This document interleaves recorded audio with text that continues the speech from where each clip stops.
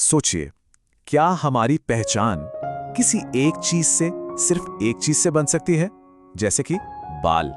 आज हम सुनेंगे कहानी दो औरतों की, दो ऐसी तकदीरों की जिन्हें लिखने वाली कलम उनके बाल थे। एक जिसके लिए उसके बाल एक बेशकीमती वरदान थे, लेकिन वही वरदान बाद में एक बंधन बन गया। और दूसरी जिसके लिए बाल एक ऐसा सपना थे जो उसे पूरी जिंदगी बस सताता ही रहा। तो ये कहानी है दो जिंदगियों की जो एक ही धागे से बंधी थीं, बालों के धागे से। एक तरफ है गौरी, जिसके जमीन छूते बालों की मिसालें दी जाती थीं, पर शादी के बाद वही बाल उसके लिए घूंघट की कैद बन गए। और दूसरी तरफ सुधा, जिसके छोटे बेजान बाल उसके लिए हर रोज शर्मिंदगी की वजह बनते थे, तानों का जरिया बन गए थे।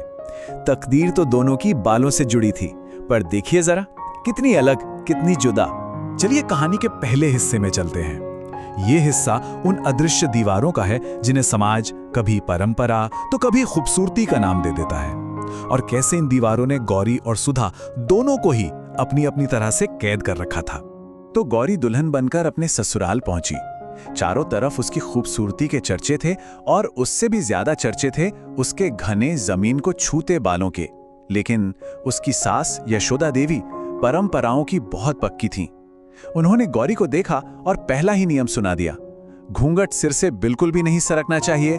बड़ी बहू भी हमेशा घूंघट में ही रहती है। समझिए, यह सिर्फ एक कपड़ा नहीं था, यह एक ऐसा नियम था जिसे तोड़ने की कोई सोच भी नहीं सकता था। एक तरह से गौरी के लिए ये उसकी पहचान को हमेशा के लिए छुपा देने का एक फरमान था। और गौरी ने कभी अपने पति सूरज को अपनी ये तकलीफ नहीं बताई, बस खामोशी से सब कुछ सहती रही। जरा सोचिए, हर सुबह उन भारी बालों को कसकर एक जोड़े में बांधना और फिर उस पर वो घुटन भरा घूंघट डाल लेना, जैसे उसकी आजादी कोई कोई रोज बांध देता था। जिन बालों पर कभी उसे नाज था, अब वो उसे बोझ लगने लगे थे। एक ऐसी कीमती चीज जिसे दुनिया की नजरों से छिपाकर रखना ही उसकी नियति थी। अब कहानी के दूसरे सिरे पर चलते हैं, सुधा की दुनिया में। अगर गौरी की कैद उसका ससुराल था, तो सुधा को तो उसके अपने ही घर ने कैदी बना रखा था। और कैद करने वाली थी उसकी अपनी सगी बहन राधा, जो उसके छोटे बालों और सांवले रंग के लिए उसे हर रोज जलील करती थी। बदसूरत, ये शब्द जहर की तरह होते हैं, और जब ये अपनों की जुबान से निकलते हैं तो सीधे दिल में उतर जाते हैं। सुधा की हर रात आंसुओं में गुजरती थी। वो बस भगवान से एक ही चीज मांगते, एक ही दुआ, मुझे भी लंबे बाल दे दो, इतने लंबे कि मेरे पैरों को छुएं। उसे बस यही लगता था कि शायद लंबे बाल ही उसे वो इज्जत और प्यार दिला पाएंगे जो उसे कभी नहीं मिल सका। उसकी पूरी दुनिया, उसकी पूरी कीमत बस बालों की लंबाई में सिमट कर रह गई थी। कहते हैं ना कि सोना भी आग में तपकर ही कुंदन बनता है, और गौरी और सुधा दोनों की जिंदगी में वो आग की घड़ी आ पहुंची, जहां उनके सब्र का, उनके साहस का सबसे बड़ा इम्तिहान होने वाला था। गांव में उत्सव का माहौल था। औरतें इकट्ठा थीं, ढोलक बज रही थी, गीत गाए जा रहे थे, बच्चे खेल रहे थे, भाग दौड़ कर रहे थे। और तभी उस पूरे शोर को चीरती हुई एक दिल दहला देने वाली चीख गूंजी। सब कुछ एक पल में शांत हो गया। एक छोटा बच्चा मोहित खेलते खेलते पास के गहरे कुएं में जा गिरा था। पल भर में ही जश्न का माहौल मातम और दहशत में बदल चुका था। जहां सब लोग बस खड़े होकर चिल्ला रहे थे, डर से कांप रहे थे, वहीं गौरी भीड़ को चीरती हुई कुएं की तरफ भागी। उसने एक पल के लिए भी नहीं सोचा। एक ही झटके में उसने उस घूंघट को नोचकर फेंक दिया जो बरसों से उसकी कैद की निशानी था। फिर उसने तेजी से अपने भारी जोड़े को खोला और अपने लंबे घने बालों को एक रस्सी की तरह कुएं में लटका दिया। मोहित ने कसकर बाल पकड़ लिए।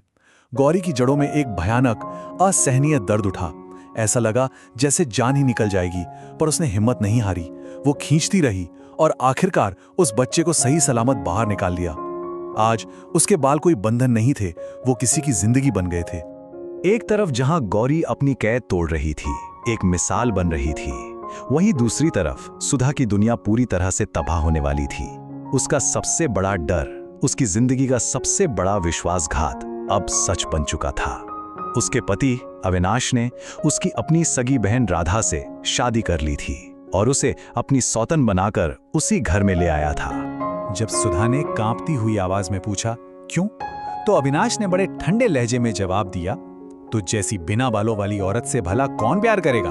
मुझे तो लंबे बालों वाली लड़कियां पसंद हैं। ये सिर्फ शब्द नहीं थे, ये वो जहर था जिसने सुधा के पहले से टूटे हुए दिल के 1000 टुकड़े और कर दिए। अब बिल्कुल अकेली और पूरी तरह से हारी हुई सुधा ने अपनी जिंदगी की आखिरी कोशिश की। बाजार में उसे एक आदमी मिला जो बाल उगाने वाली कोई चमत्कारी जड़ी बूटी बेच रहा था। एक बहुत छोटी सी उम्मीद, बस एक आखिरी उम्मीद के सहारे उसने वो बूटी खरीद ली। शायद यही वो चमत्कार था जिसका उसे बचपन से बेसब्री से इंतजार था। उसने पूरी रात जागकर उस जड़ी बूटी को पीसा, उसका तेल बनाया और अपने सिर पर लगा लिया। वो सोई तो एक खूबसूरत सपने के साथ थी, लेकिन जब सुबह उसकी आंख खुली तो एक भयानक सच उसका इंतजार कर रहा था। वो दवा नकली थी और उसके सिर पर जो थोड़े बहुत बाल बचे भी थे वो भी सारे झड़ चुके थे। वो पूरी तरह गंजी हो गई थी, सब खत्म हो चुका था। कहते हैं ना, जब रात सबसे ज्यादा अंधेरी हो जाती है तो समझो सुबह होने ही वाली है। इन दोनों औरतों की जिंदगी में भी उस घोर अंधेरी रात के बाद एक नई सुबह आई। एक ऐसी सुबह जिसने सब कुछ बदल कर रख दिया। गौरी के लिए लोगों का नजरिया एक ही पल में बदल गया था। मोहित की मां ने उसे रोते हुए गले लगा लिया और कहा, मेरी बेटे की जान तुम्हारे बालों ने बचाई है, तुम बहुत बहादुर हो।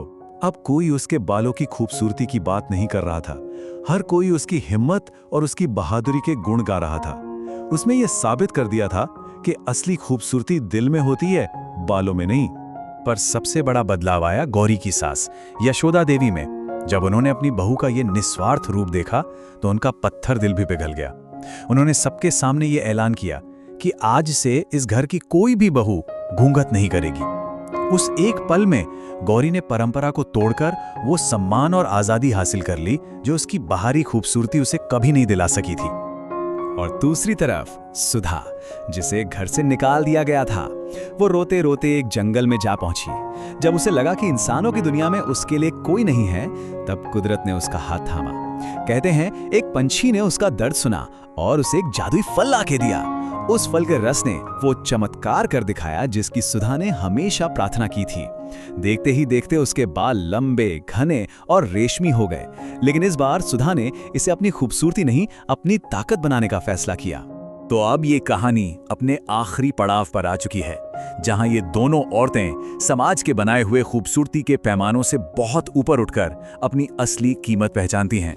सुधा ने उस जादुई रस को बेचना शुरू किया और देखते ही देखते वो बहुत अमीर और कामयाब हो गई। उसके चेहरे पर अब बेबसी की जगह आत्मविश्वास चमकता था। एक दिन अविनाश और राधा उसके पास आए मदद मांगने। राधा अपनी बहन की कामयाबी से जल रही थी। उसने लालच में आकर रस की पूरी बोतल अपने सिर पर डाल दी, पर जलन और घमंड का नतीजा हमेशा जहरीला ही होता है। राधा के अपने सारे बाल झड़ गए।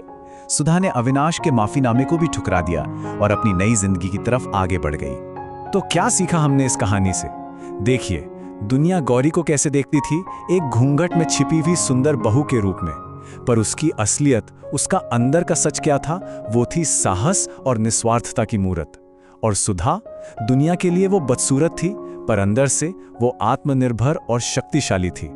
उनकी असली पहचान वो नहीं थी जो दुनिया को दिखती थी, बल्कि वो थी जो उन्होंने अपने कर्मों से साबित की। आखिर में ये कहानी हमें एक बहुत गहरी और सच्ची बात सिखाती है। सच्चा सम्मान किसी के रूप रंग या बाहरी दिखावे से कभी नहीं मिलता। वो तो इंसान के चरित्र से, उसकी हिम्मत से और उसके कर्मों से मिलता है। और यही वो चीजें हैं जो किसी को सच में महान बनाती हैं। और अब मैं आपको बस एक सवाल के साथ छोड़े जा रहा हूं कि समाज की नजर में आखिर खूबसूरती है क्या? क्या ये वही है जो हमें दिखाया जाता है, जो हमें बताया जाता है, या फिर सच्ची खूबसूरती का मतलब कुछ और है? इस पर सोचिएगा जरूर।